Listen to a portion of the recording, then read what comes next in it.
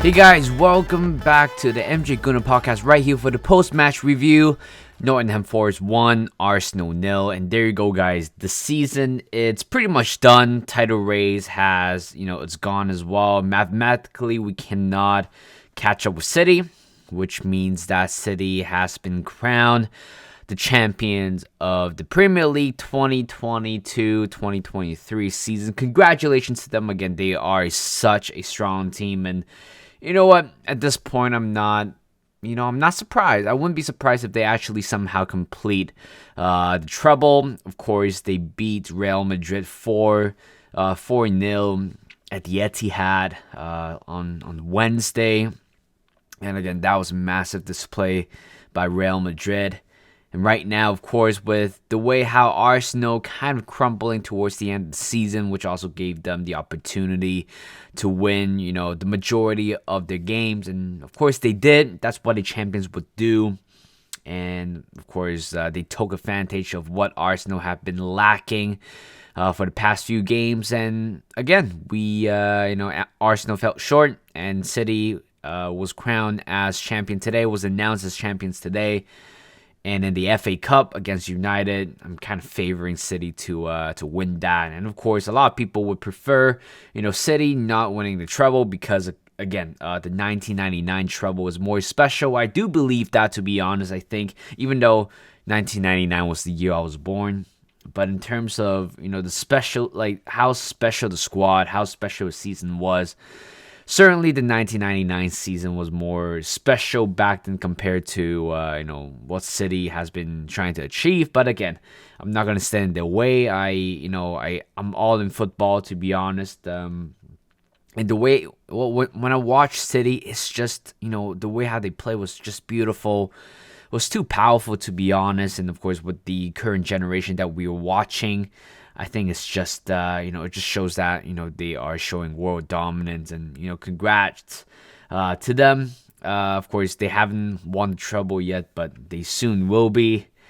But again, this is an Arsenal podcast. And before going to the main part of the podcast, I've been coming up with a few podcast idea for the next couple of weeks, maybe in 2-3 weeks as well. So of course, next game against Wolves, it will be the last game of the season. Again, I'm very looking forward to that. Of course, it's pretty much the celebration of a great season that we have. And after that, I want to do a season review and also players review.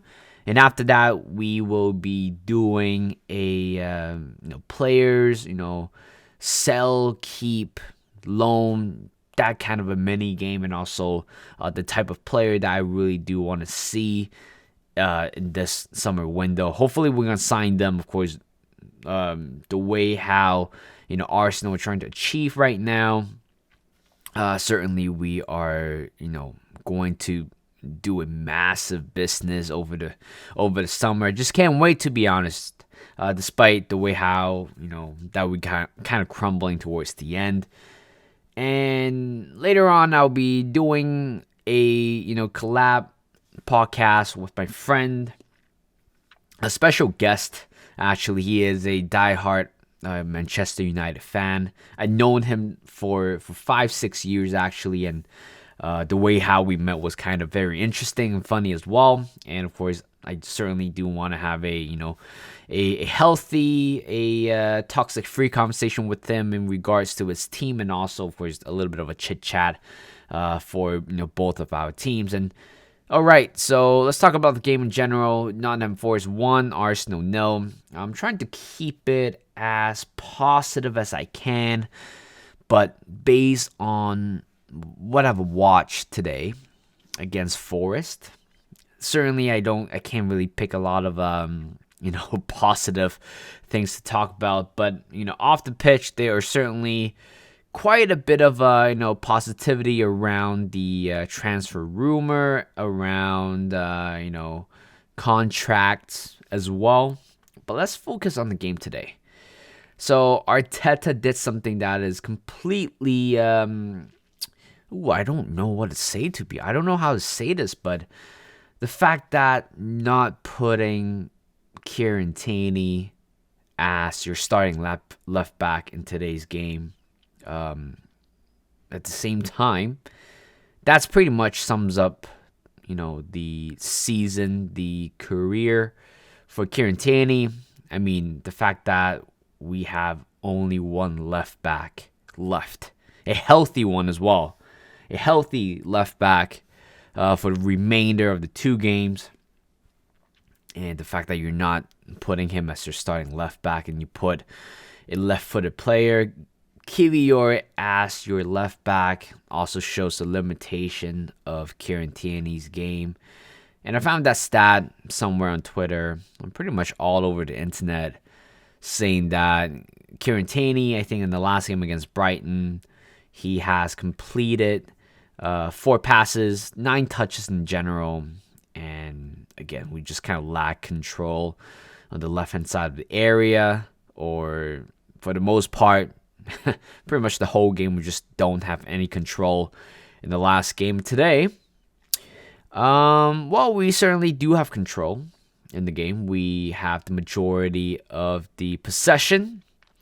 But again, even though we have the majority of the possession, the gameplay that we had, the style of football that we played today was stale, dull, and boring at the same time. There's no spark. There's no sense of urgency. There is no good display overall in today's game.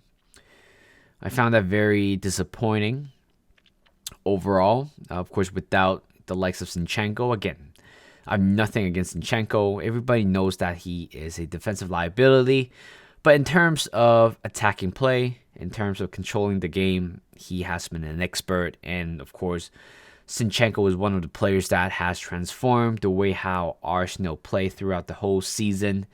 And again, I feel like the right way to address the whole left back area for Arsenal, I just think that when you have to start games, you just have to start Zinchenko, right? I mean, if you are, if we are taking a lead, 1 goal, 2 goal lead with 20, 30, or even 40 minutes left to play, and you are, decided to kind of defend per se, you just put Kieran Tierney on. And I think that's what the best thing that Kieran Tierney can do for the squad is, he's a proper traditional left back. He will go up and down the pitch, defend it for you, attack it for you, doing overlap runs and everything, contributing on the flanks, crossing in the middle, and all that kind of good stuff that he does.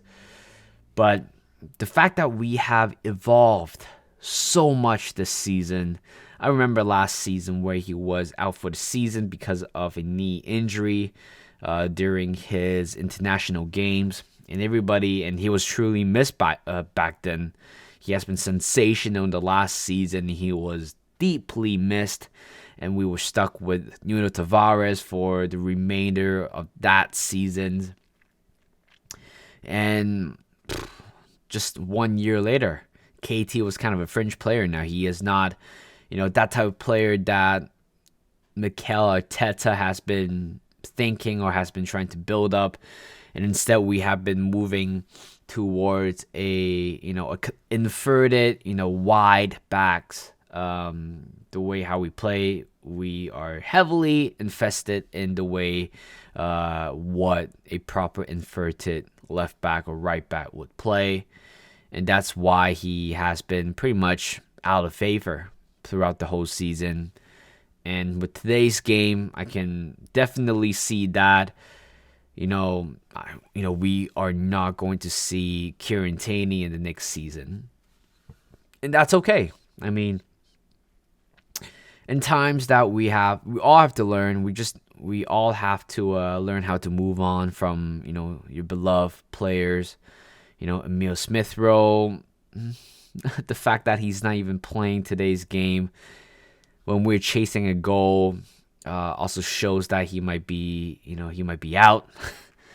He won't be featuring any more games for Arsenal, which is kind of sad to be honest, because he was at one point the highest goal scorer for Arsenal before kind of suffering an injury here and there. And I think he scored like 10 to 11 goals last season before Saka overtaking him in the end. But the fact that I remember there are 3-4 games in a row where Emil Smith Rowe would come off the bench, score goals. That's what he was very good at, to be honest, just making a instant impact. But right now he didn't even have the opportunity to make an instant impact at all. And unfortunately, I heard quite a lot of podcasts. I mean, this upcoming transfer window will also shows the how Arsenal might have much more of a bargaining power compared to the last few seasons when we were stuck with the old woods like Özil, Socrates, Mustafi Kolasinac. And right now we have talented players that we can that we're selling potentially for a massive amount of profit as well. So the game itself, again, very just boring, to be honest. Just everything was just kind of sloppy and slow. Just not playing good football at all. Everyone didn't have a good game, to be honest. I can't look at the squad and pinpoint, who did better, who did worse. Apparently, it's a collective effort, and I just can't point anybody who has a much worse game than this player and that player, who has a better game than this player and that player. And Saka, again, I think he has a massive drop off, but at the same time, of course, I'm going to protect him. I'm going to defend him as well, because he is our star boy, and the way how he transformed himself as a player compared to last season to this season has been tremendous. At least 10 plus goals and assists this season. And I saw this quite a lot of tweets on Twitter saying that, his dipping form right after the international break was very significant, to the point where it negatively affecting Arsenal. And it does, to be honest. I felt like, today we didn't have Martinelli out for the season, unfortunately, with the horrendous tackle by Caicedo. And hopefully, Caicedo saw how, bad of an impact he had on Martinelli with that tackle. And hopefully he is going to join us over the summer. I mean, that's the only bit where we could, forgive Caicedo. But in all serious talk, not I don't think any part of the pitch worked at all. Martin Odegaard has a very quiet game. That's been pretty much boxed the way how I'm watching, at least for Nottingham Forest players kind of surrounding him, boxing him, restricting his freedom in the middle.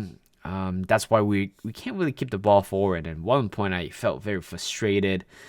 I felt like all the plays that we're making were on the right-hand side, and we don't see any support, in the middle. That's a problem. Sometimes you have Partey, Odegaard, Ben White, Jorginho, Saka, and also Jesus.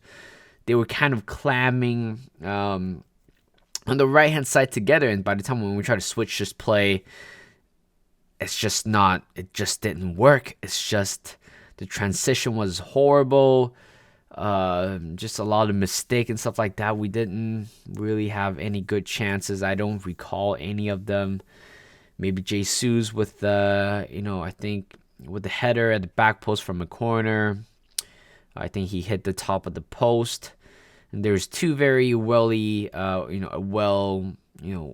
taken corner from Saka to Trossard, but both of those attempts were bad, to be honest.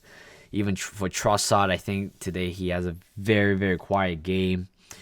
And I think in a game like this, Nelson might be started.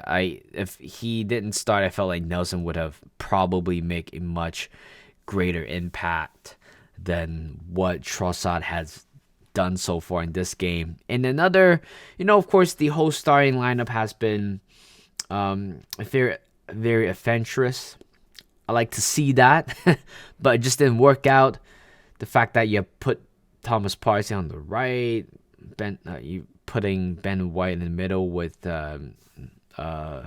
Gabriel, which is fine. That was the old partnership that we had been seeing last season. You have Kiwior on the left-hand side, but again, in that game, the difference between putting Kiwior and also Tierney there was very, very minimum. I don't see any difference between this game and also last game, and you're not quite utilizing the fact that Kiwior was very good on the ball. You're just not using that. I mean, not a lot of progressive passes I've seen from him, and made a lot of mistake on the left-hand side, and has been caught a few times on the counter on the left-hand side as well. There are a few times where Forest could have possibly,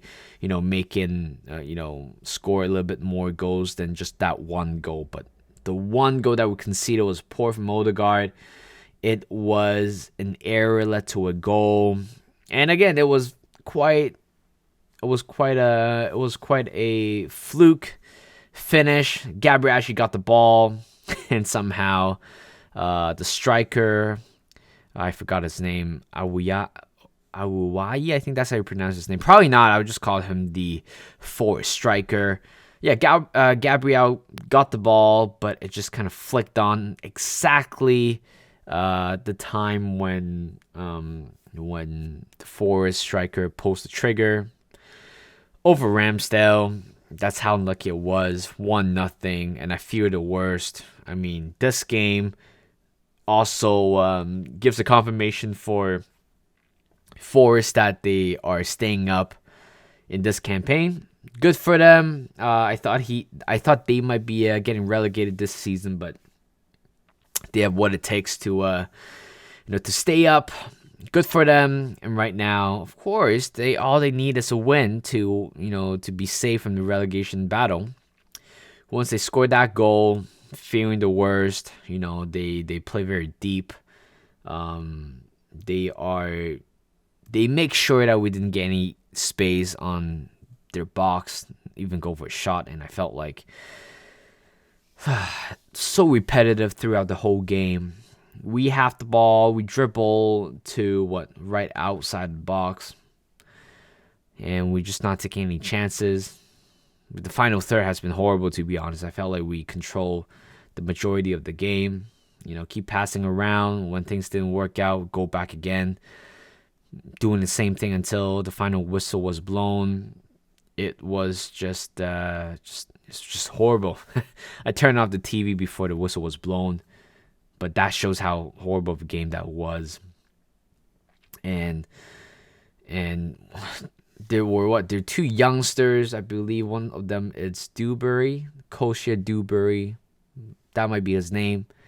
I felt like in a game like this, when nothing seems to be going to our way, maybe you can put a youngster in there, hopefully, make an impact. Again, I mean, I think we still have 1 or 2 substitutions left. We didn't even quite use that. Smith Rowe didn't come on. I felt like another youngster could have also come on as well. But you know what? Arteta does Arteta stuff. Like you said, it's extremely sad. I mean, we've been working so hard throughout the whole season, and this is the way how we ended. I said this in the last podcast. It's fine to win this game, and City winning their game against Chelsea. At least we went down with the fight, a good fight as well by winning. But today seems to be the day where we just didn't show up at all, and trying to find the lights of it, the positivity out of it, and it's just really tough, to be honest. certainly we didn't do very great. I think we only got 9 points out of the last 24 games, and for the past 2 months that we've been playing, it's been it's been bad. We only won 2 games for the past 2 months, and that sums up the last part of the season. And I think I read the stats somewhere as well. I think every time after the March international break, we just couldn't perform. We just collapsed. We just didn't have the energy and stuff to make an impact. We just can't. And this is another example of that season where we just collapsed. We just can't perform after the March international break, and this is what it has led us. I still don't think we might have won the league, but at least we still wanna go down by winning a fight, by fighting, to be honest. But it's just this is a very young squad, and there's only one thing that we are trying to achieve. There's one thing in that squad. It's that we are going to get better. Saka is 21, 22, Odegaard 24, Martinelli 21, 22. Saliba 21 or 22 euro. They can only get better at this case. And you know what? It's fine. Despite the last 2 months, it's been disappointing, but in general, I think we had a very good season. Certainly one of the seasons where I would definitely, remember for the rest of my life. I don't remember a season before where we actually performed this well throughout the whole season, except the last part. But pretty much the whole season has been quite, special. Games like the game against Bournemouth, amazing. Chelsea, Newcastle United, Spurs, beating them twice this season, beating Liverpool at home for the first time in I don't know how many years.